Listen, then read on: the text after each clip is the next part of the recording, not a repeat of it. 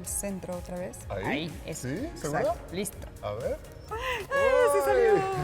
Mi hermana, podríamos pasar horas jugando con este estambre. Sí, es muy divertido, ¿no? Hola, bienvenidos a otra edición más de nuestro programa.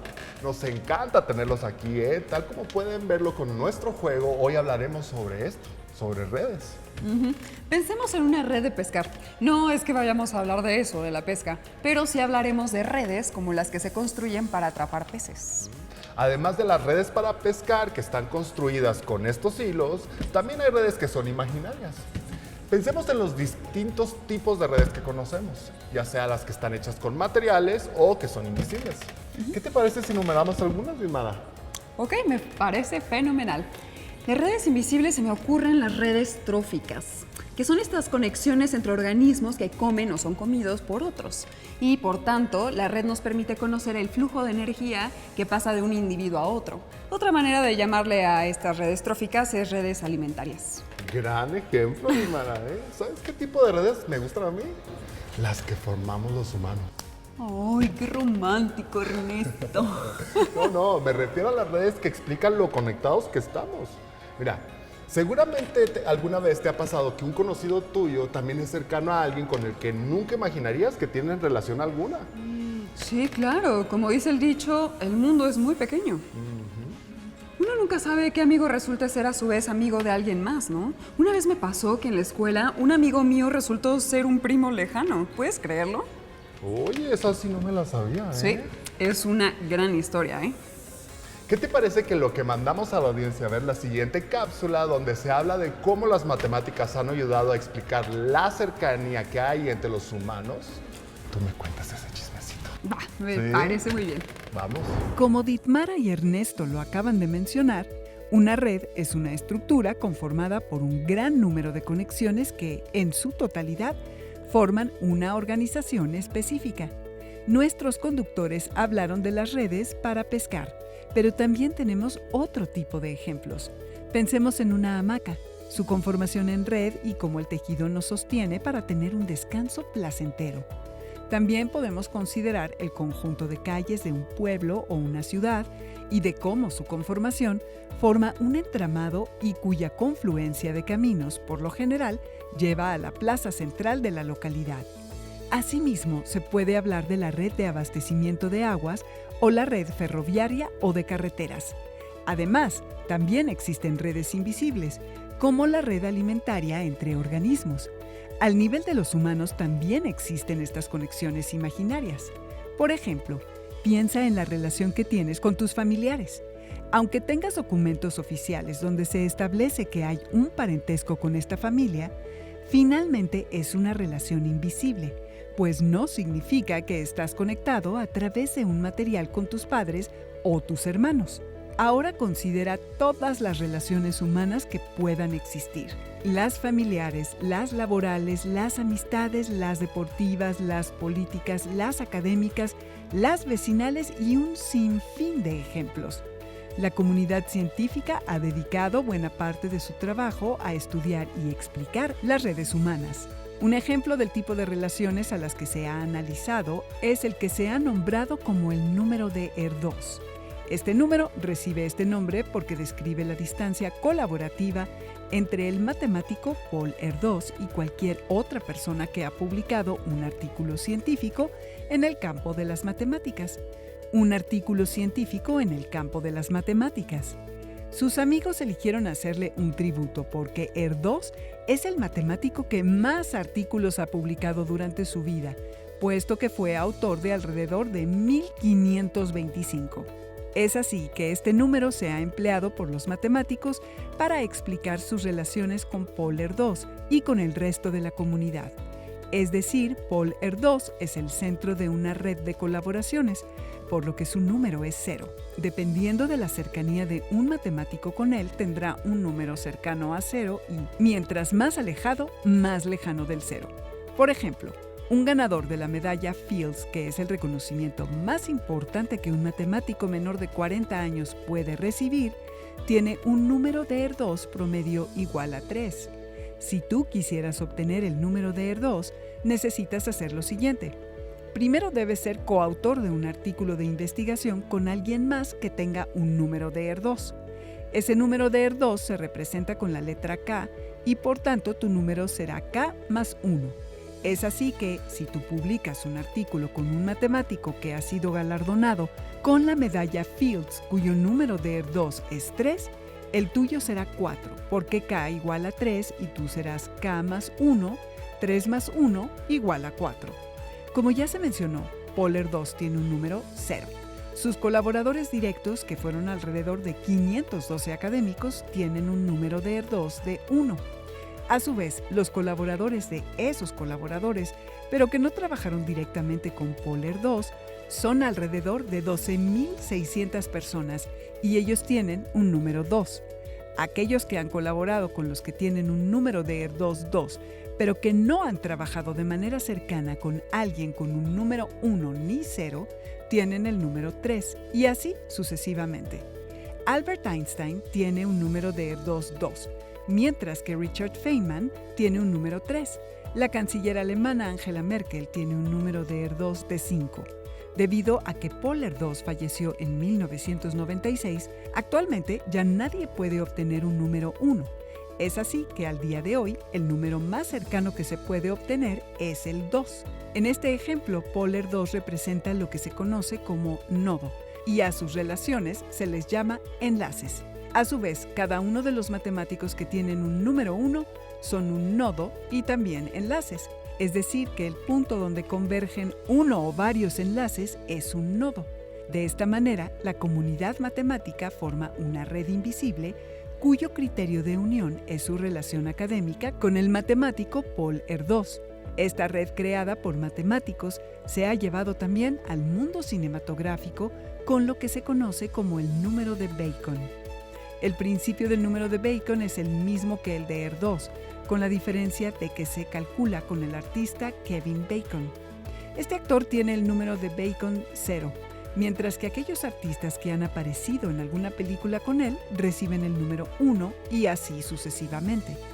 Esta idea se ha llevado al extremo con la propuesta de que todas las personas del planeta están, en promedio, conectadas a través de 6 personas o menos entre ellas. A esto se le conoce como la idea de los 6 grados de separación. Sin embargo, a pesar de que diversos estudios han intentado demostrar que esta idea es verdadera, hasta ahora la comunidad científica la ha reconocido como un mito académico. Ismara, ahora que hemos visto esta información, me pregunto si tú y yo podríamos rastrear cuántos grados de separación habría entre tú y yo antes de conocernos. Esa es una gran pregunta de investigación, Ernesto. Podríamos convertirnos en detectives por un día y revisar esos vínculos que había entre tú y yo. Para empezar, el hecho de que tú y yo hayamos nacido en el mismo país ya da un poco de cercanía, ¿no? Pero en el número de ER2 tenemos personas que vienen de lugares geográficos distintos. Paul ER2 era húngaro y Angela Merkel es alemana. Tal vez el que nos dediquemos a lo mismo también ayuda. Sí, bueno.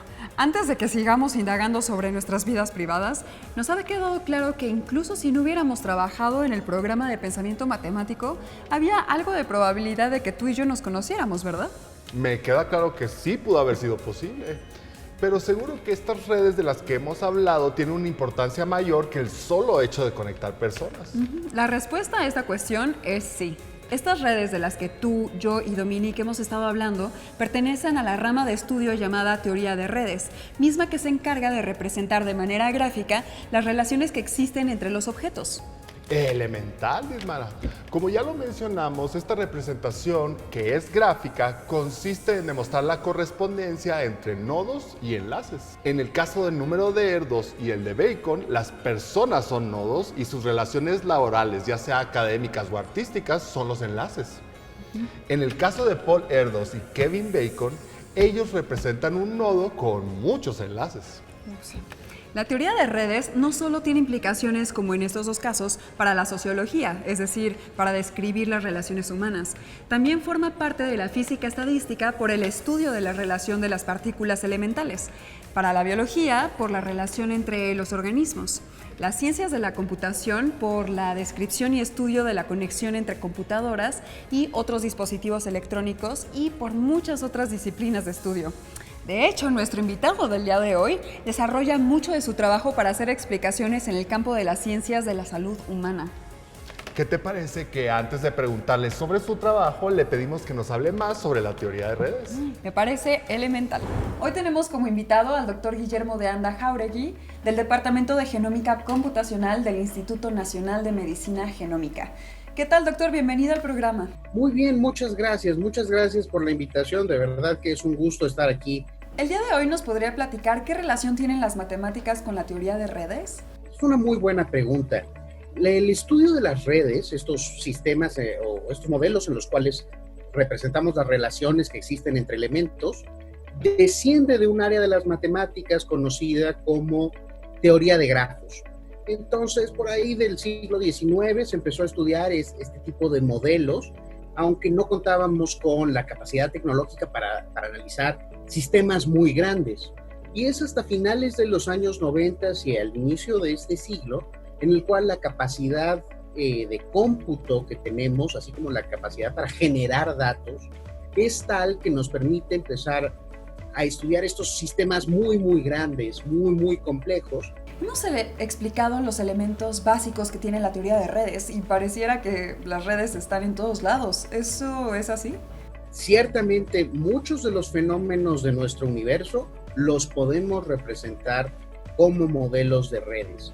Esto es porque muchos fenómenos que nos interesan se componen de muchos elementos que interactúan entre ellos o que tienen relaciones que nosotros queremos representar y poder entender acerca de la naturaleza utilizando estos modelos. ¿Existe algo en la naturaleza o incluso en el universo que no pueda explicarse con la teoría de las redes? Bueno, ciertamente las redes son una herramienta y como todas las buenas herramientas, pues son útiles para cierto tipo de problemas. Hay muchos sistemas complejos que podemos explicar y representar como redes, sistemas biológicos, sistemas de infraestructura, sistemas sociales, mientras que hay algunos otros en los cuales pues la representación de redes no nos aporta algo adicional a lo que podemos aprender con otras estrategias. Doctor, pausaremos esta entrevista un momento y continúen con nosotros porque Ernesto y yo tenemos preparada una red. Como ya hemos visto, los elementos básicos de las redes son los nodos y los enlaces. Otra es que dichos elementos tienen que tener algo en común, razón por la cual exista dicha unión o relación entre ellos. A continuación, construiremos una red para poder explicar cómo funciona la construcción de una de ellas. Para lo siguiente vamos a ocupar los siguientes materiales: estambre cortado e imágenes diversas, en este caso de comida. Como hemos visto, se pueden construir redes con diferentes números de elementos. Nosotros haremos una red de la comida mexicana. Antes de comenzar, debemos tomar en cuenta que nuestra representación será simplificada. En el centro de nuestro diagrama colocaremos al maíz. Este será nuestro primer nodo. De ahí salen distintas modalidades en las que comemos el maíz. Está el maíz que se come en forma de tortilla, en forma de grano cocido y en forma de masa. Estos serán otros nodos. De ellos 3, a su vez, se conectarán otros platillos. Ahora lo que debemos hacer es colocar los enlaces. Conectaremos con el estambre nuestro nodo central, el maíz, con los otros 3. Muy bien, yo te ayudo con las tortillas. Va muy bien. Ahora conectaremos estos 3 nodos con otros platillos. De las tortillas, que son estas formas planas y cocidas de maíz, salen los totopos, los tacos y los sopes. ¿Los conectamos? Los conectamos. Los totopos pueden ser fritos o cocidos en un comal. Los tacos son las tortillas que tienen algún ingrediente dentro de ellas. Y los sopes tienen ingredientes sobre ellas. De la misma manera, con estambre conectamos tortillas con los platillos que acabo de mencionar. Ahora nos vamos a enfocar en el nodo de los tacos. Ok. De ahí se desprenden las enchiladas, las quesadillas y las flautas. Ahora sabemos que ahí estamos entrando en una controversia, por los que dicen que las quesadillas llevan queso y los que dicen que pueden no llevar. Con el fin de evitar disputas, mejor consideramos que los tacos necesariamente es una tortilla que enrolla algún ingrediente. Así que por eso creemos que las quesadillas son un derivado del taco. Como hicimos con los demás platillos, esos también los vamos a conectar con sus nodos. Muy bien. Muy bien. Ok. Vayamos al nodo del grano cocido. Muy bien. De aquí se conecta el pozole. Del nodo de la masa sale el tamal. Recordarán que les dijimos que este es un diagrama muy simple de lo que es la comida mexicana. Sabemos que de estos básicos se desprenden muchos otros platillos. Algo que a mí me gustaría mostrar es que dos redes pueden unirse. Recordemos que una de las características de las redes es que tienen elementos comunes. El bolillo, aunque forma parte básica de la comida mexicana, no está hecho de maíz, sino de trigo. Ambos son plantas de cuyos elementos nos beneficiamos para hacer comida deliciosa. Muy deliciosa. Así que pondremos al trigo en otra red. Del nodo del trigo se desprende el bolillo o la telera. En este momento los vamos a usar como de la misma manera. Este es nuestro nodo que se desprende del trigo. Ahora, del bolillo surge el pambazo, los molletes y las tortas. Y la torta se puede unir con el tamal y entonces tenemos Una torta de tamal, amiga, qué rico. Uy, sí, de esta manera podemos unir dos redes, ¿no? Aquí se conectó justo. Como les dijimos al inicio, nos hemos tomado ciertas libertades para hacer esta red de platillos mexicanos, como asumir que las quesadillas son un derivado del taco. Pero lo que queríamos demostrar es que hay elementos básicos que funcionan como nodos y que estos pueden estar unidos por las redes que tienen. Además, vemos que todos tienen características similares. En este caso, es el ingrediente básico como el maíz o el trigo. Al final, les daremos las maneras en las que pueden ponerse en contacto con nosotros. Queremos ver qué tan diverso puede llegar a ser su red de platillos derivados del maíz. Estamos seguros de que, dependiendo del lugar del país en el que nos sintonizan, tendrán platillos específicos que podríamos agregar. Finalmente, la comida mexicana es diversa y variada, además de deliciosa, por supuesto, ¿eh? Ernesto, antes de que sigamos abriendo el apetito con tantos alimentos deliciosos, ¿qué te parece si vamos a ver el resto de la entrevista que tuvimos con nuestro investigador invitado? Continuamos con el doctor Guillermo de Anda Jáuregui. Doctor, hablemos un poco sobre la pandemia que estamos viviendo ahora. ¿La teoría de redes ha servido para explicar y analizar la pandemia? La teoría de redes y la ciencia de redes ha sido muy importante para poder entender la forma en la que se propaga el virus SARS-CoV-2 que produce la enfermedad COVID-19. Hay que recordar que nosotros ya hemos escuchado mucho, la forma en la que se propaga este virus es a través de contactos que tenemos nosotros entre diferentes personas. Normalmente una persona infectada va a estar en la posibilidad de transmitir el virus si está en contacto con una persona que es susceptible o que no está infectada, y de esa manera es que se va propagando. Nuestra forma en la que nos conectamos pues obedece a un conjunto de fenómenos sociales que nos llevan a tener cierto tipo de conexiones entre las personas. Nosotros en nuestra vida cotidiana somos más cercanos a algunas personas, a lo mejor a nuestra familia, a las personas con las que estudiamos o a las personas con las que trabajamos, o tal vez las personas que trabajan en una tienda a la que nosotros acudimos. Entonces, estos contactos que forman parte de nuestra vida cotidiana, de nuestra vida social, pues desafortunadamente este virus los aprovecha para poder transmitirse de una persona a otra.